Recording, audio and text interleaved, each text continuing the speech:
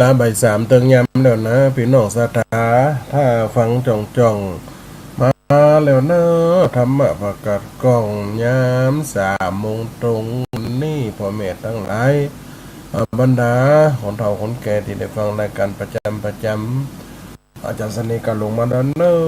วันนี้เขารายการช่วงตอนเจ้าบ่ายสามแล้วป้ากันเริ่มกันกะ3 ทุ่มเนาะวันนี้เขา2 เวลาเป็นวันศุกร์วันนี้เป็นช่วงเข้าพรรษาอีพอยแม่ตะวาก็เป็นวันพระเนาะบ่ได้เข้ารายการสกรรมหอจังหวัดเฮาได้นอนวัดจะสวดทำวัดสวดมนต์กันตึงศรัทธาเต็มวัดเต็มว่าบ้านเฮานี่จะเข้าวัด7 โมงเจ้าตักบาตรบ่าย2กึ่งฟังธรรมเพราะนั้นประมาณทุ่มก็ทำวัดไปถึง2 ทุ่ม2กึ่ง2 ทุ่มไปตรงวันศีลวันใดเขาก็บ่ได้เข้าเนาะปล่อยแม่นเนาะตรงวันศีลก็บ่ได้เข้าวันศีลตรงกับวันเด็กจัดรายการก็บ่ได้เข้าตามสถานการณ์ทางเลื่อนไหลไปตามอีปล่อยแม่นเนาะตามเหตุตามการตามครูบาอาจารย์ตามตารางสิ่งที่เขาพบกันนะสิ่งที่เขาฟังกัน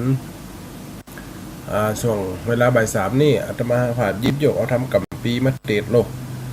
เกี่ยวกับเรื่องทำดีย้ายเจียบะเกาเรื่องหัวฝ้าแมงคันหัวฝ้าแมงคันในปกตี3นะอีกประมาณเนอะปกตี3กะเนาะเขาผ่านมาแล้ว2 ศีลแล้วเนาะ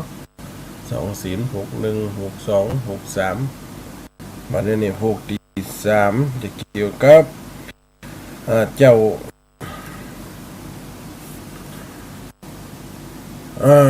ธรรมกิติกาปอของเจ้า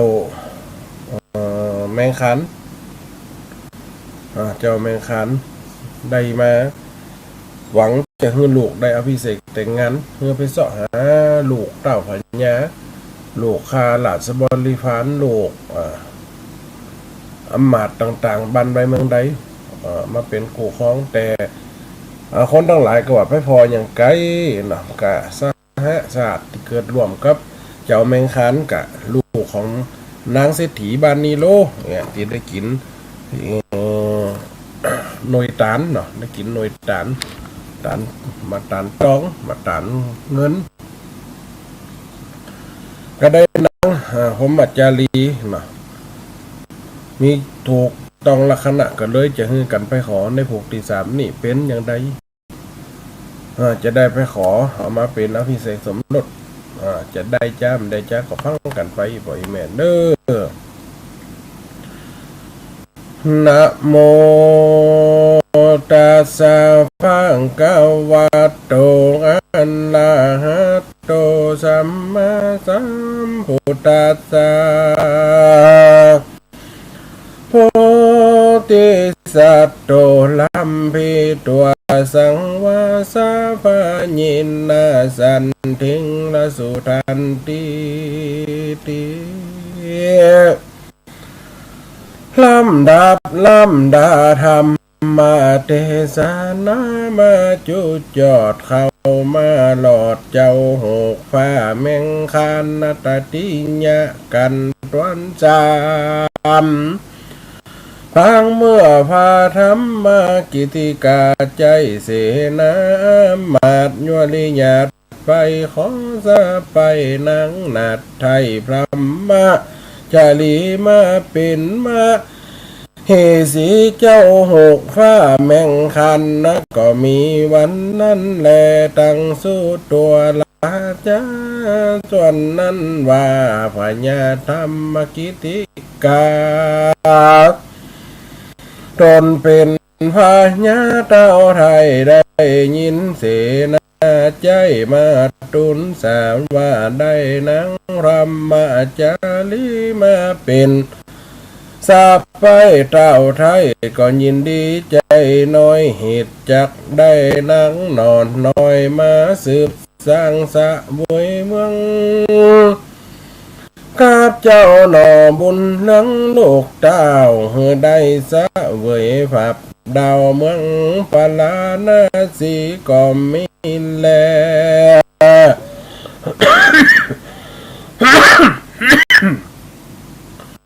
พ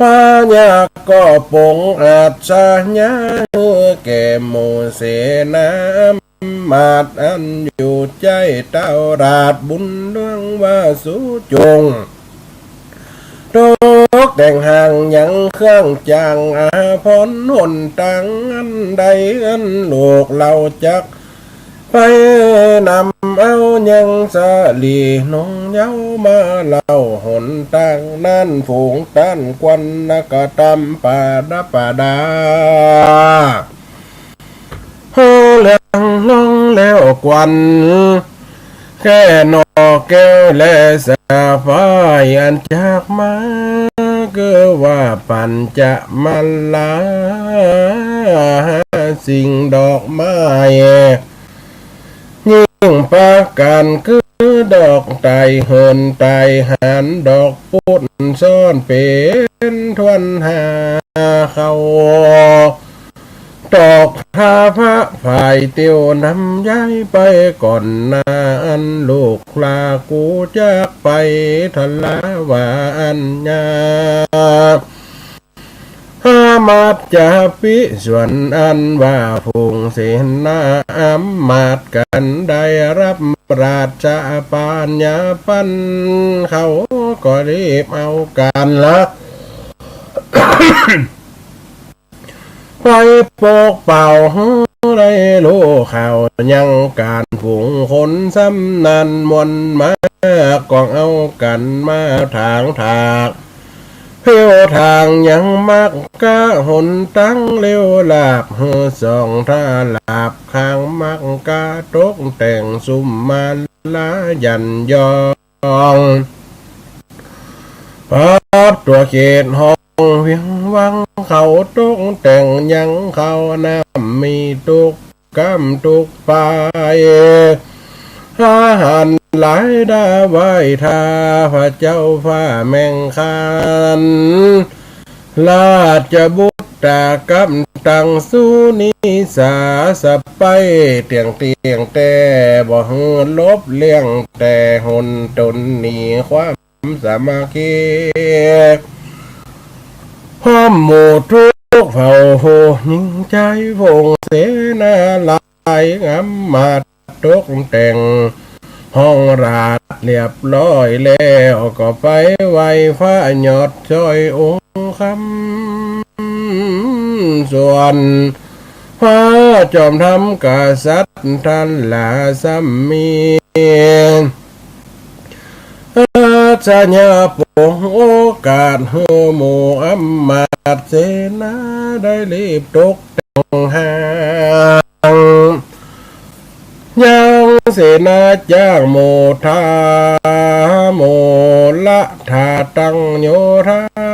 เตียวตีนบ่อน้อยนับอ่านและลอยอักโคเพื่อจักไปหลับเอายังสีสะไป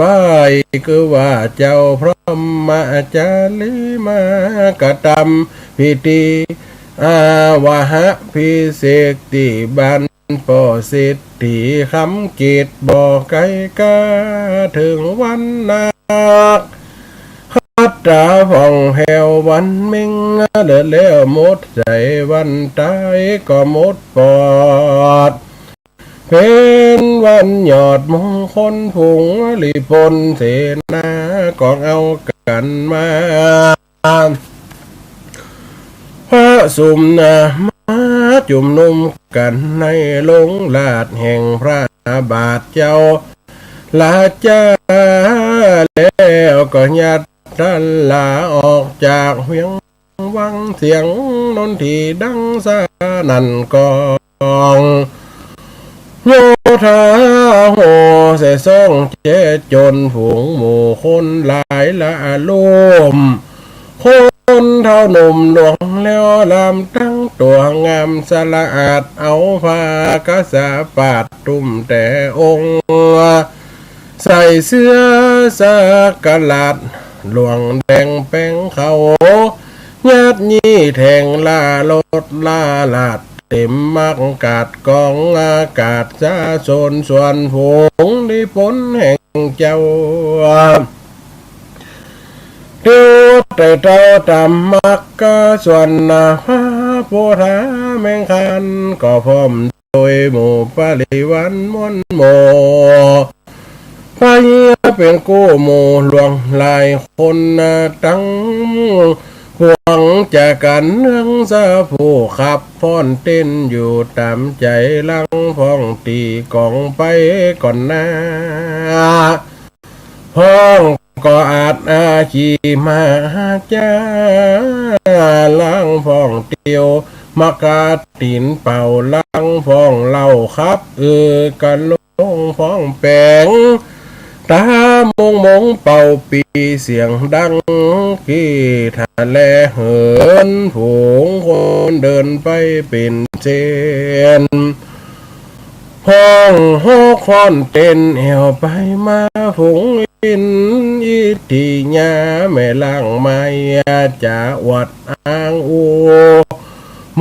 เจ้าวังเสียงมีดังหลั่นกองถ้าหลับไปถึงเขตห้องเรือนเศรษฐีก็มีหันแลนาในกาละยำนั้นอันว่าเสนาผู้เท่า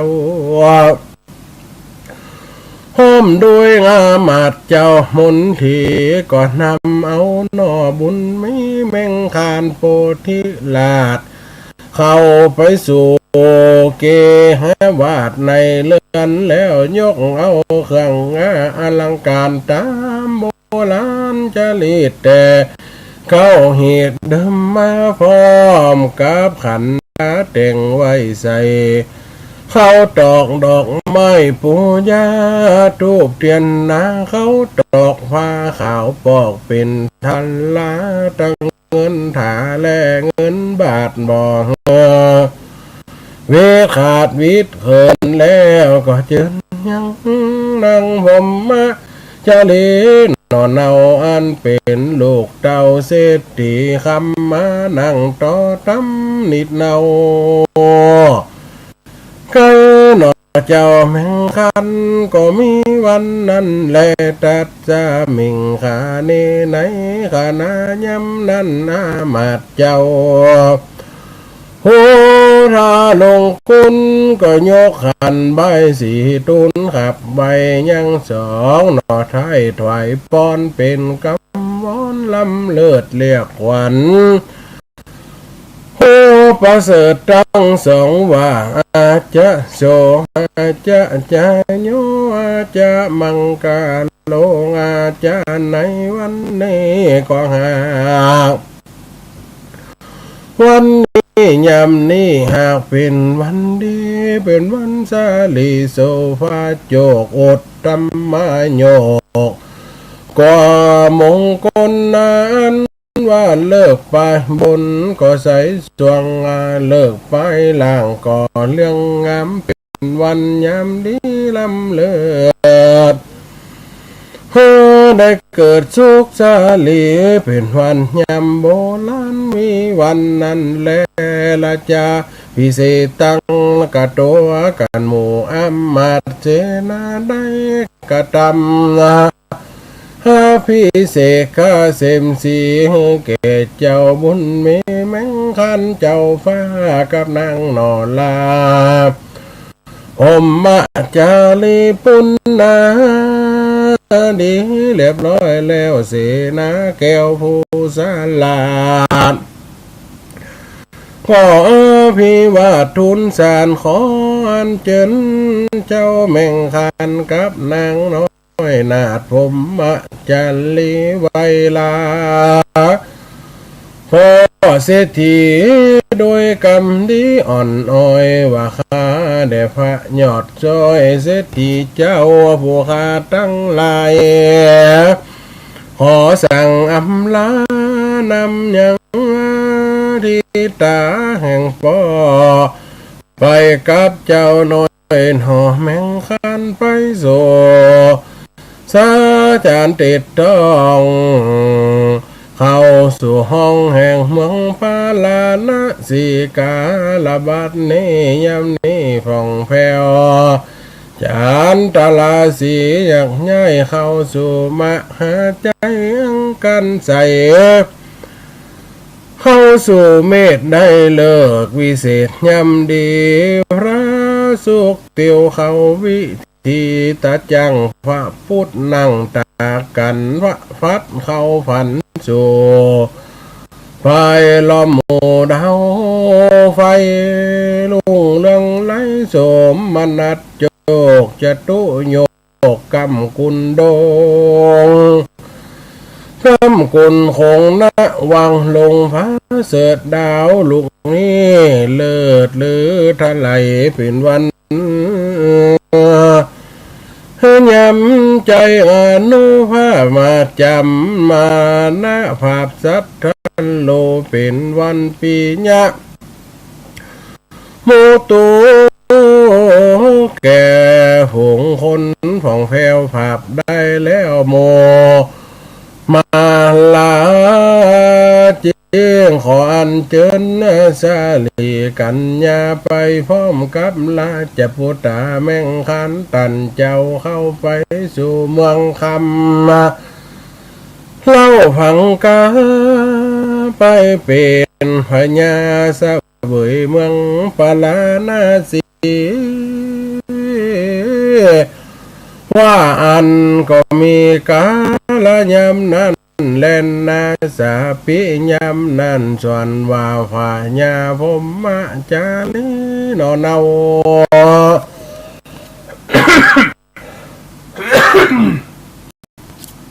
ก็ถึงเอาขันเข้าดอกไม้ไปขับไว้อำลายังปิดตามันดาเป็นเจ้าว่าอัมมะคามาตาตะคาเดปิดตามันดาเป็นเจ้าโดนมีกุลมากเล่าอันนั้นตาบัดนี้ข้าลูกเต่าจะขออำลาขอได้อดโตสาน้อยใหญ่แค่ลูกข้าลูกไทยยิงเดียวแดดเตอว่าอันมาตาปิดตาโลกาลายำนั่นส่วนนั้นว่าสองพ่อแม่เศรษฐีคำได้ยินนั่งบุญนำลูกลามาจากกรรมขมาจะจ้อยสองเจ้าจริงตอบลูกน้อยติตาวดุราสะลีโซฟาเฮ้ยอ่อนน้อยเจ้าลูกแม่หยอดซอยละสุดใจการอันใดจากไปอยู่กับพลาจะเจ้าโตนเป็นปีนเก้าในเมืองขออย่าได้มีกรรมเครื่องสักอย่างขอจงมีความสุขวิลาศกะเสมใจขอสาปาภัยอย่ามาปองขอจงเหือไปไกลแห่งห้องสันดานขอจุงประกอบไปโดยความสำล้านยิ่งโยดผูงสะปาโตดน้อยใหญ่ร้อนลูกใดกาตำอันกายกรรมวจีกรรมมโนกรรมอันเป็นบาปมาเฮือกดำมนเศร้าโตดนั่นเล่าแม่นว่าน้อยเต้าเส้นผมสองอุดมพ่อแม่จงอดแผ่อาภัยขออย่าได้เป็นจังไรติดแปดขออย่าได้มาแค่ติดไปตั้งแต่กาลบาดนี้ไปนะขอลูกลายิงเดียวมีใจเหนียวมันเก่นยาได้เรียบเล่นพละหนีโลกไฟดีก็สร้างดังคนตัดไม้ห่างแฝงกุย ำบวยเป็ดลูกเฮอได้สร้างปลูกสมหวานเฮอได้หัน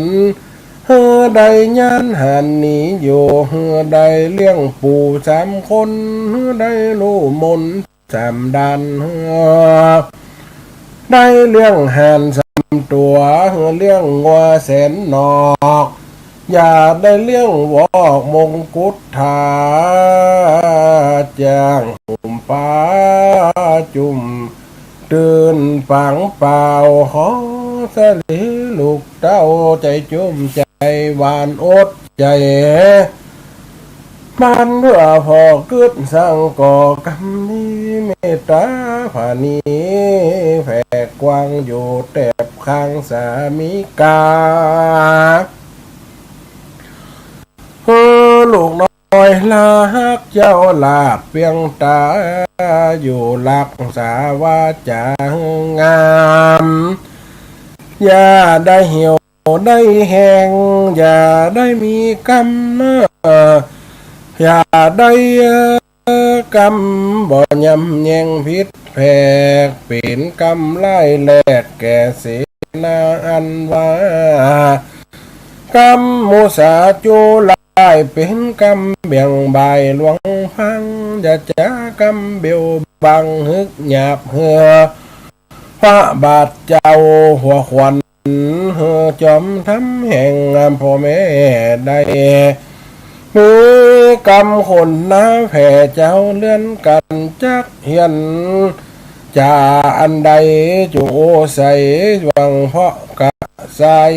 ทั้งมิตรสหายมนหมู่อัน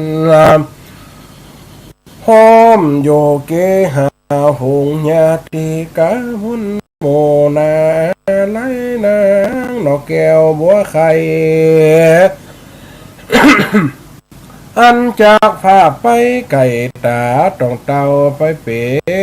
นเจ้าสระบุยเมืองก็มีหันและนาตถาในกาลานั้นอันว่าสินนาอัมมาดเขาก็จัดแต่งลาสลัดที่ตกแต่งเครื่องดีเป่าห่างยังเสนาจ้างมาจุมมาลาถาโยธาเตียวตินว่องแล้วก็อันเจิญนางแก้วผมมาจาลีกับตังหน่อบุญมีแมงคันโปติลาดสาเด็จคนนางจ้างมงคลตัวอาจเจอว่าตันตานมีสาลี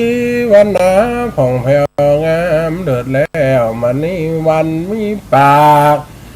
ตีนมันแดงลาเลือจ้างไปสานเชื่อตัวดีล่องเส้น3 ตีอาจยำนั่นอำมาตย์ผู้ใหญ่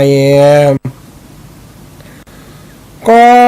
สั่งยกอย่างใหญ่ไก่กาน้ำขบวนเข้าสู่ปาลาเวียงใจผงคนลำไหลเป็นหมู่ติดดำไปสู่สะสนหูจ้างมาปนลดลาดเสียงอึดอาดอึดเตือคนมาหรือสนั่นกองพับตัวต้องลัดถาลังพองก็แว่เข้าสู่กาดเอี่ยวละลาดทำหาถึงยังจิ้นปลาไก่ต้มบางพองถามหาหมักส้มมาคำลังพ้องทำกินข้าวลังพ้องเสาะกินเหล้าสุลาตามมักกากองกาดท่าหลาบถึงคุ้มวังในเขามักอันใดก็ตามใจสอบสู้ลังพ้องเต้นอยู่ไผ่จึงยาละเล่งกวาดลังพ้องตีก้องปาดหอยสังพ้องตีละครั้งปีหอลังพ้องนั่นนายบเถือผ่านละมือกับดาบพรหยาบน้ำตังเป็น มหาปังอันใหญ่ฝุงและดีพลไผ่ประจาเสนาหลายอามาตย์มนที่คนยิงใจมีละลุ่มคนเท่าคนหนุ่มแล้วลำแต่งตัวงามสะอาดพร้อมกันนำมาประจานลาดบุตรกับนางสาลีกัญญานอนเอาออกจากเรือนแห่งเจ้าเศรษฐีท่านหลับถึงมหาภูริแห่งห้องเขาจอดฝาศาสตร์ต้องหัวใจบนวังในใหญ่กว้างเขาไปนบพระเจ้าจ้างธรรมากิติกาส่วนสุนิสาสะไปไม่ก่อนนบน้อมไว้ปอดไทยเจ้าเมืองว่าข้าแด่พระบนเรื่องปอดเจ้าบัดนี้ข้าลูกเจ้ามาถึงเพื่อขอเปิ้งบุญเรื่องเป็นเจ้าตาลาบต่อโต้เยาววจีวังแด่ทันลาโสลาจ้าส่วนท่านว่าพญาธรรมาธรรมากิตติลาดกับนางพญานาฏไทยตนมาตาได้ยินกำเมาลดสาลูกสับไปมากับใบตุนสาจิ้งไข่จ๋าจินจ้อยว่าดูลายอดซอยลูกเฮยเจ้าจงจมจ้อยเสพสร้างในภาษาดกวางหอคำกับองค์จองทำตนผาเสดอย่าได้บังเกิดทุกขีขอจุ่งมีอนุภา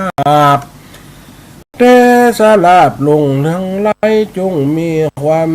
สุขใจบ่เศร้าได้อยู่เสวยเป็นเจ้ากินเมืองท่านลายำนางบุญเรื่องห่มมาจะลิสับไปนบนมไว้แต่ปัตตาแล้วก็อำลาสองเจ้าลาดไว้สู่ห้องลาดฝั่งกากับเจ้าฟ้าแมงคันก็มีหันนาและนาตาปีอันนั้นว่า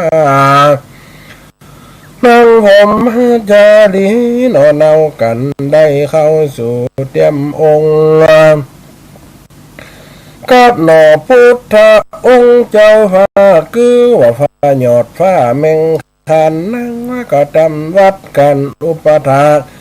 ยังเจ้าน้อยหลาดจะมีกาตั้งสององค์ปิตามันดาบาดเจ้าทุกคำเจ้ายำวัน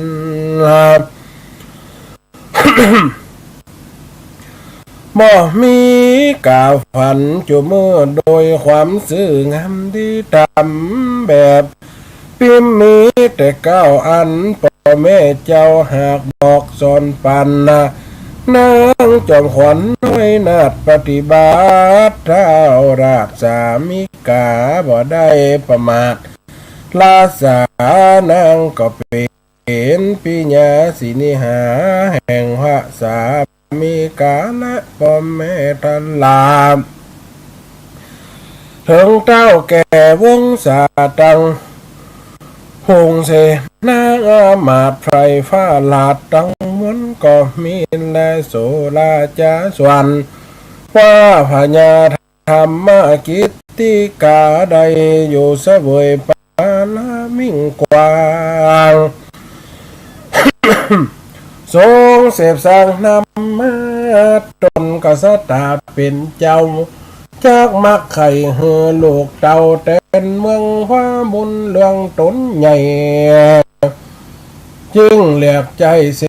นาเฮือมาพระสุมจุมนุมกันในลงกันอย่าจ้ายามนั่นเสนาอามาตย์พร้อมมาตั้งฟังกาโดนพญาจิ้งบอกกล่าวดูรามาตย์อันเล่าลาด ชานี้หากเท่าแก่ชันลาจิ้งโป่งและจะพิเศษ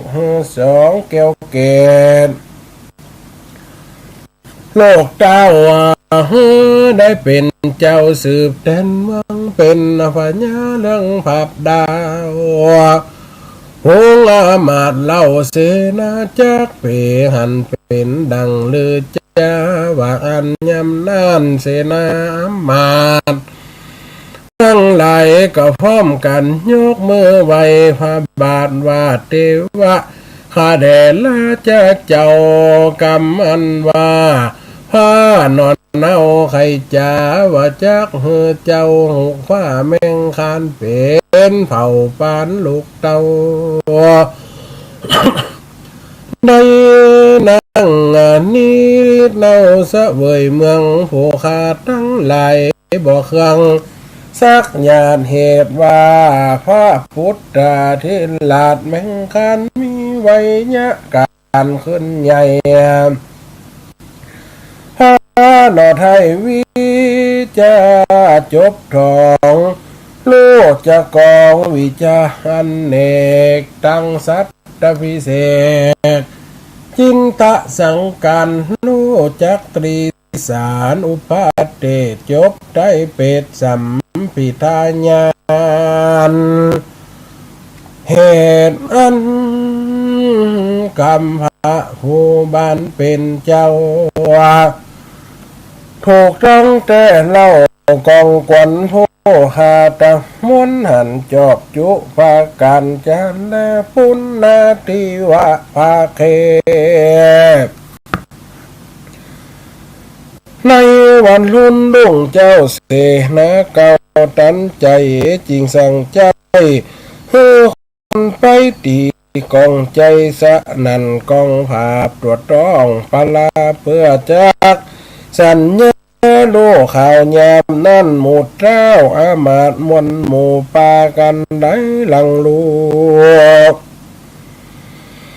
เข้าสู่เวียงเขาก็เลี้ยงกันนบนำไว้ยังบาดไทยกษัตริย์มหาเสนาผู้ใหญ่นบขับไว้ตูนสาไข่ขี้ญาแต่เก้าว่าพระบาท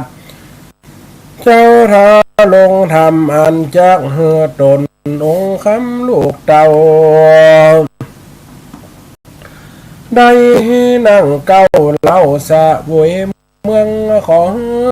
โมเสนาคนการช่วงเล็บแต่งดาสร้างยังภาษาเวียงหอใจและประดับไปโดยแก้วประจิตแล้วโดยคำงามนานามพุนพอต้องดอกต่อเลี้ยงกันแสงต่อตะวันเหลี่ยมมะมาบเหือแฝงยังกับดอกบัวความและไงเปิดจักเหือสองหวนสองบัวไผ่แมงขันเจ้าฟ้าสะเวยแหล่งลานาคันลายามนั้นเสนาการเล่งหาวกะทำการเตรียมเต้าสั่งแล้วไว้เสนาตั้นใจปกเป่าเขามาอยู่โดยความมาวาทกีอันมีฝีมือจบมาเกณฑ์เขาก็รีบเล่นสร้างแปลงป้ากันตกแต่งทำยังแต่งหางยังภาษาดหนักกว้างหอดใจประดับใบประดับโดยใบใหญ่นำย้อยแขนเด้งหอยปลีพุนนะยามเมื่อสายลมมาปัดตองเสียงหิ่งห้องผุนวอนพงคนลายซ้อนลอดกัดกังรีบตกแต่งหางเฮืองนานาตั้งเครื่องอลังการกาตาเครื่องเต้ามีมากเล่าไหลพาการตั้งลาจาข้ากุฏพันหาสิ่งเศรษฐศาสตร์ มึงมงคลมงกุฎอันวิมลผ่องแผ้วต่างกับแก้วสลีกัญญาเครื่องทะลงสีใสสะอาดปัดเวลาดลุงทั้งไรเพื่อจักโอสาลาจาพิเศษยังบัวไข่แมงคันเจ้าผ้ากับนางนอนลาพรหมจารีได้เป็นเจ้าปุเลยศมากยำนั่นมูอามาดวันเกี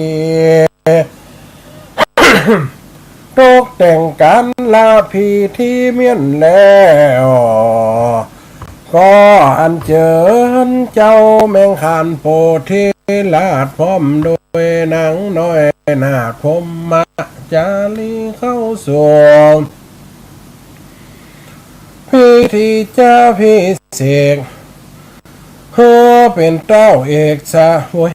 เมืองยำนั้นพญาบุญเลืองทำมิตรกติกาโตนพิตามันดาแห่งเจ้าตกแต่งน้ำเต้าหลังพระสุธาสะลงยังพระพุทธาลูกเต้ากับนางนอนเนา สุนิสาเฮินใดเฮอเป็นพญาสืบสร้างเป็นเจ้าจ้างสาบวยเมืองเป็นพระบุญเรื่องตนพ่อก็มีวันนั้นแดงอัฐะในกันละวันนั้นว่าเจ้าหกฟ้าเมงคันได้สาบวยแหล่งลาวาลาละสีแล้วตนแก้วลาจ้าตนไม่น้ำต่อไทยผากดเจือลือจุดดาวพญาร้อยเอ็ดเต้ามาขับสมปานนาพระก็อยู่สำลันบ่อเศร้ากับนางหนุ่มเราพรหมจารีต่างนำมีความยินดีจมจืนโสมนัสเจิญเจยบันบ่มีไฟมันมาต้องสะเวยแห่งห้องพาลานะสีส่วนอันว่านางพรหมจารียอดซอยเป็นใหญ่แก่นางลูกน้อย6 ปันนางมีสาลีขิงบางสาลาอาจเป็นเจ้าลาดไพเจ้าลาดตะไลผมมีนางสนมแวดเผา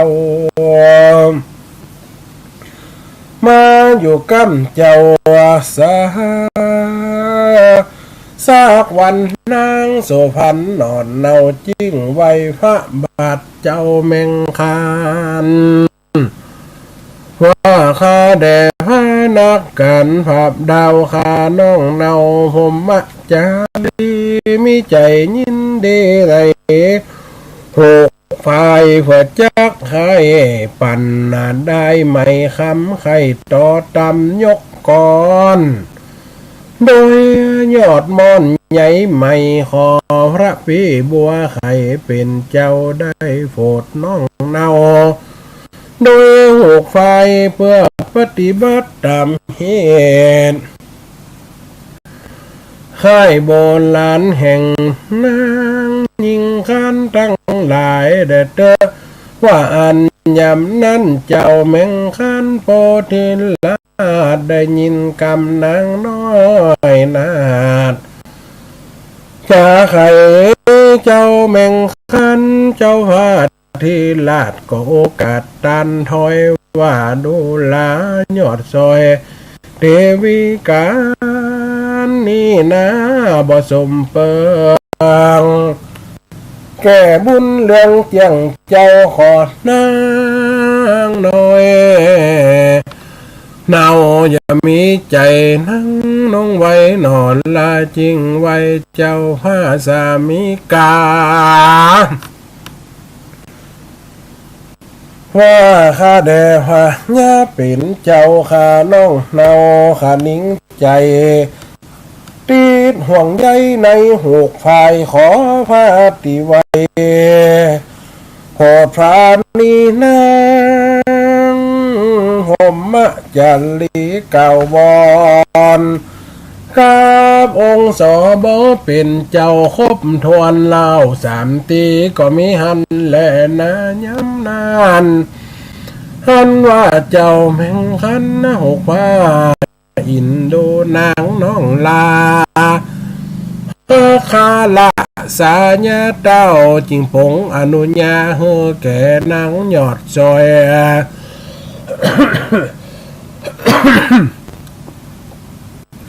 ยามนั้นนางนอนน้อยก็จื่นสู่ยินดีนพระ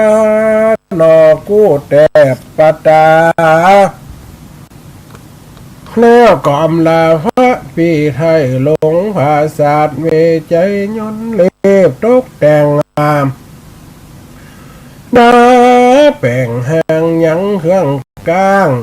กี่หูกจงจับละกะตำอันได้ป้าผวยเสียงแล้วจุนยังจงอันแล้วเอาเปียมาปั่นไฟใหม่มาเสือไว้วางตอดเอาไม้แก้วสอดเป็นสายกระตามหลวงไหลเป็นถอยนางนาดน้อยน้องคันนะแต่งกระตามกันหกพายเตียวอย่างง่ายไปมาสาวไฟไปมาไว้ว่าวองทั้งแก้วน่ะน้องเก็บไว้เมียดยามนั้นพนาเลดแมงคานยามนั้นพนาเลดแมงคานซ้ำมีใจบานต่อเจ้าจริงโหเราเสนารีบไปแสวงหายังสันลาอันจ้างตีแปลงมาตองมาเลี้ยวปันนะเป็นปันนะตีเป็นแปลงหมักล้อสาคัดพื้ม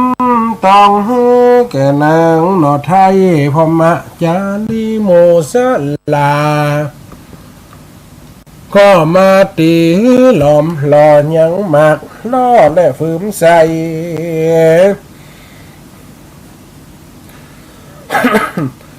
แล้วมอบถวายแก่พมะจาลีเจ้านางนอเนาก็มาลอง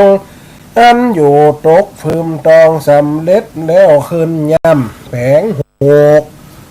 พัมซะเมื่อกันเสียงหูกดังอีดออด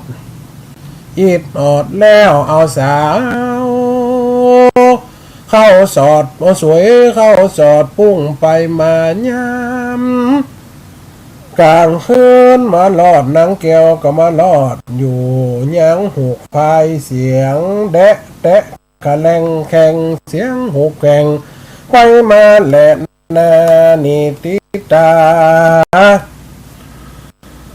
หันหูกผ้าแมงคานผูกทวนสามก็บังคมชมเล่เสด็จแล้วตอนนี้ก็แลลำดับธรรมที่ว่าหูผ้าแมงคานทวนสามอีกพอยแม่ฟังเหมือนเจ้าหูผ้าเก่าหูเจ้าหูผ้าเจ้าแมงคานในยังหูผ้ายังได้กำเตียเจ้าแมงคานเนี่ยโอ้ไปขอลูกเจ้าหญากิติราชไปขอเอาลูกอามาตย์เนาะจีวัดนางผมมาจารีมาขอมันลูกตัวเก่าก็ได้เห็นเต้เข้าบ้านเข้าเมืองมาในความสุขอกสุขใจนางผมมาจารีกับลาป่อลาแม่เขามาตามตำนบตำเนียมมากับไหวป่อไหวแม่ป่อผัวแม่ผัวกับมาไหววอนอยู่ด้วยก่อนมีความสุขพ่อแม่นี่สอนมาแต่หลังว่าอยู่บ้านเปิ่นนะลูกเฮ้ยมันตีนมันมือมันหูมันจ๋ามันการงานเรียนเนี่ย ถึงเขาเป็นเมียเจ้าฟ้ามหากษัตริย์ก็ตามเขาเคยอยู่อย่างใดมาเขาคนปฏิบัติจะอันโลกคนสอนลูกสอนเต้านางกับมิใจอยู่มากับหม่นไปมิใจหันยังอะไรหาหูพายพอนางเคยต่อหูโลกเคยต่อหูต่อไฟกับมิใจไข่ต่อขนาดนักกับไปอ้อนวอนผัวนี่มันใครยินดีด้วยโอ้เสียเกียรติเสียสีตัวเป็นเมียเจ้าฟ้ามหากษัตริย์ไปต่อหูต่อไฟเป็นจะได้นะเฮ้ยบ่สมควรบ่พ่อบ่เพิ่งก็อย่าเนาะนางนั่นก็อ้อนวอนผัวติ๊กอ้อนวอนก็นั่นก็มาคึดใจได้โอ้เนี่ยจะได้คนเฮาฮักอันใดบางทีเป็นพิษศีลพิษธรรมเฮาก็มาค้นคัดกรรมที่เขาขอไว้เจ้าแมงคานก็เลยว่าเป็นยังเนี่ยกันเนี่ยต่อกับต่อว่าจะอันปุ๊บนางกับมาหาหางไฟกิ๊กไฟไหวโลโอ้หันเมียตัวเก่าเนี่ยตั้งอกตั้งใจแต่ก็เลยสั่งเสนาอามาตย์ทั้งหลายเสนาอามาตย์ไปเจาะหาศาลามาละที่แปลงหุกแปลงกีได้แปลงหุกแปลงล่อตองเด้อเอาดังขันแนมแล้วเสียงม่วนคนดักกรเป็นต่อพาหน่อยไปแม่เนาะมันมีไม้มามีฟืมน่ะมีโวนมีหางหิงมีกุ้งกว้างมีอิฐมีเฟียนโลเอามาคือนางผู้นักกัดสร้างตามคำบัญชาก็เอามาแต่อีกบ่อยมามานังกันเนี่ยใดแต่นี่เก่งไฟปั่นไฟอิฐไฟแล้วพบก็ทำตามเนี่ยแล้วก็เก่งไฟเข้าต่อฮัลโหลเจริญพรมันบัดใจดังเด้อท่านหายคาดเลยเห็นมั้ยได้เปิดฟังหมดแล้วแต่ชักจังอ่ะไม่ออกฟังอย่างคาหายมันดังตะกี้ถึงไหนอ่ะทุกทีตอนที่ว่าท่านบอกจะจบแล้วใช่ไหมนี่ก็การโทรว่าคาหายบนตรงไม่มันถึงเนี่ยเขามันจะได้กูหั่นกูหนด้วยแต่เขาคนอื่นสถานที่อื่นจะเป็นยังก่อนจ๊ะแม่มันตีวันพูดนะอันนี้ของวันพูดอะไรล่ะดีอยู่แล้วแม่อันนี้มันออกมาโชว์เนี่ยอันนี้มันออกนะเฮ้ย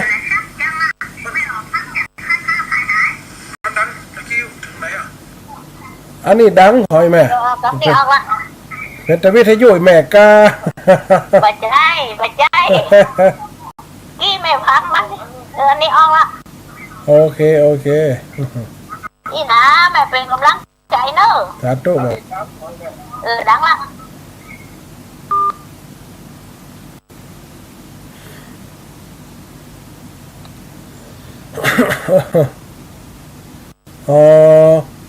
ไฟดับน้องนัดมันบอกว่าตอนนี้สถานีไฟดับนะครับกำลังแก้ไข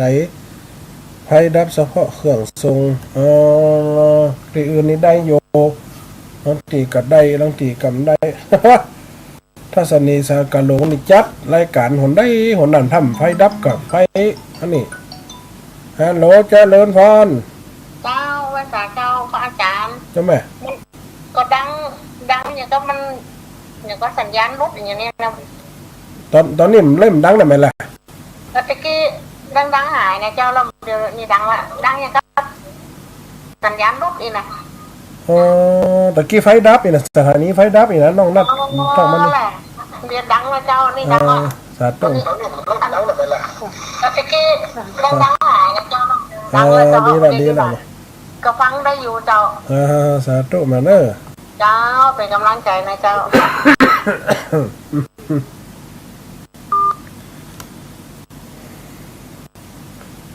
ดึงกูฮ้อนทาสนีการหลงเข้าทำไฟดับกับลูกอะสัญญาณหายก็นั่นหกฝ่าไม่นังผมมาจะรีกัดขึ้นต่อฝ่าต่อกี่ขันแรมเต็มทำตาม ใจดังนึกเหตุการณ์จะเป็นยังไงกับหมู่ในหกที่สี่กันย่ำได้เอามาอ่านกับเตี่ยมันว่าหกข้าแมงคัน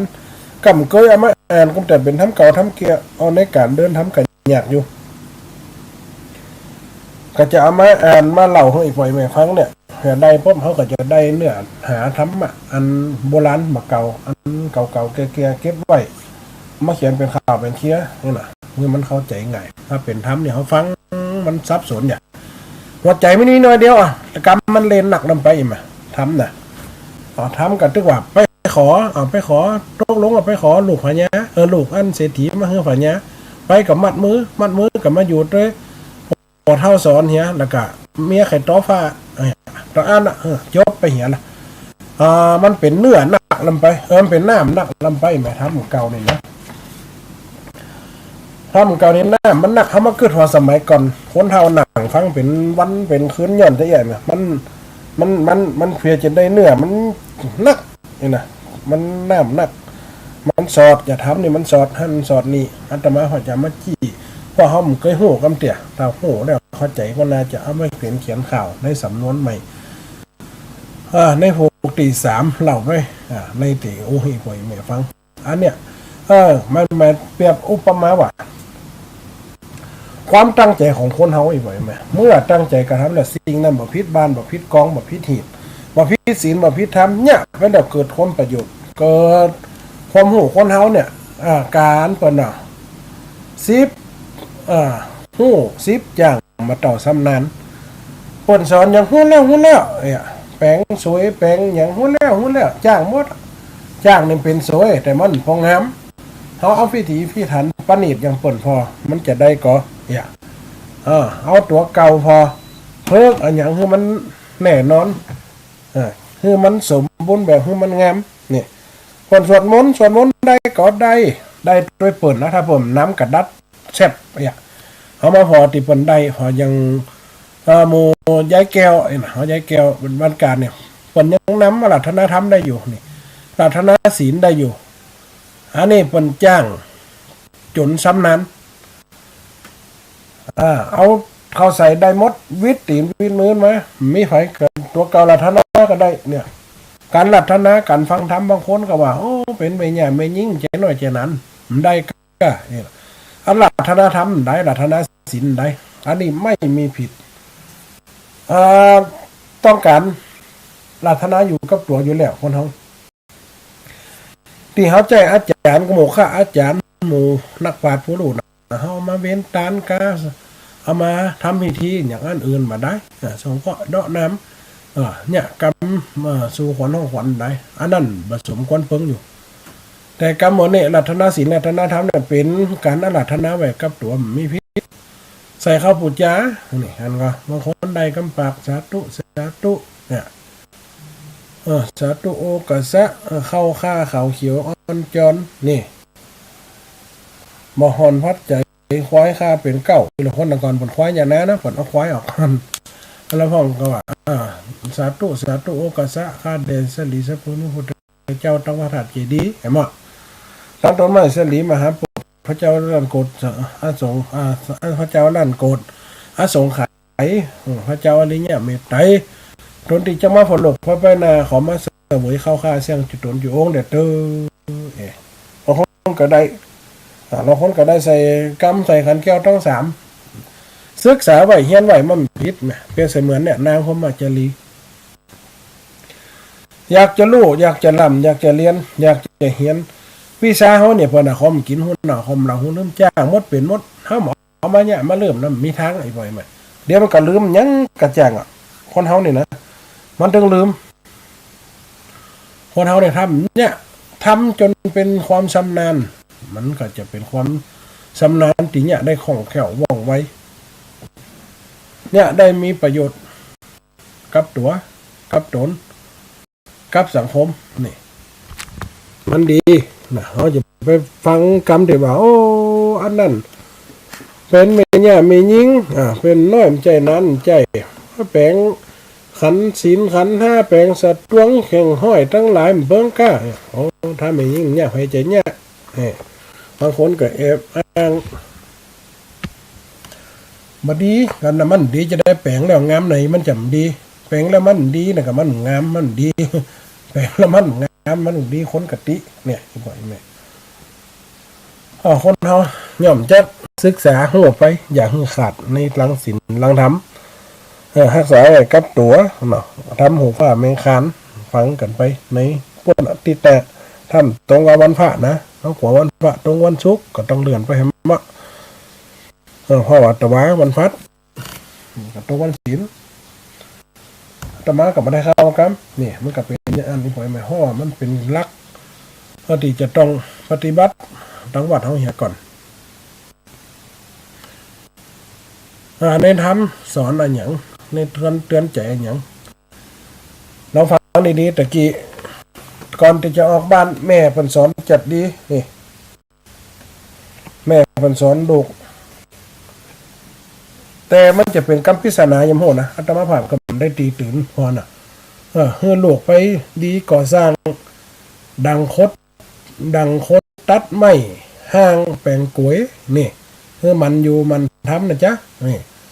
เฮือมีน้ำบวย8 โลกเฮือได้สร้างปลูกส้มหวานนี่เฮือได้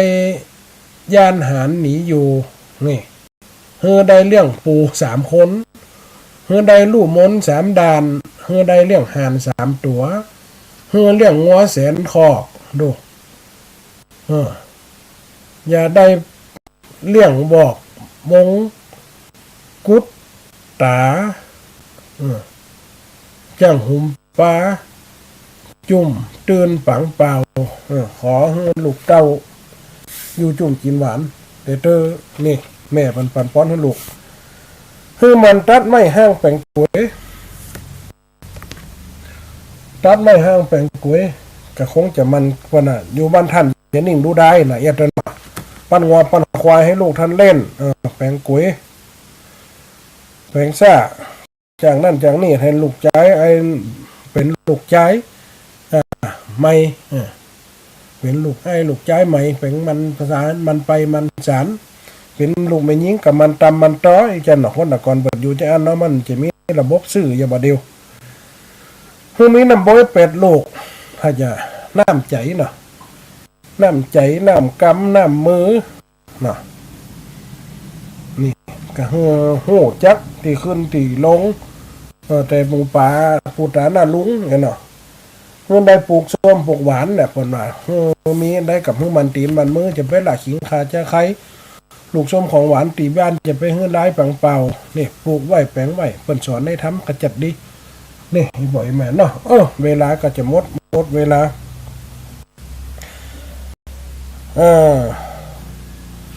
เอากำทำคนอ่ะวันนากับมาขยายมันกำเพื่อเลี้ยงปู3 คนเพื่อหมูม้น3 ด้านนี่นะมันจะเป็นได้แก่อันยัง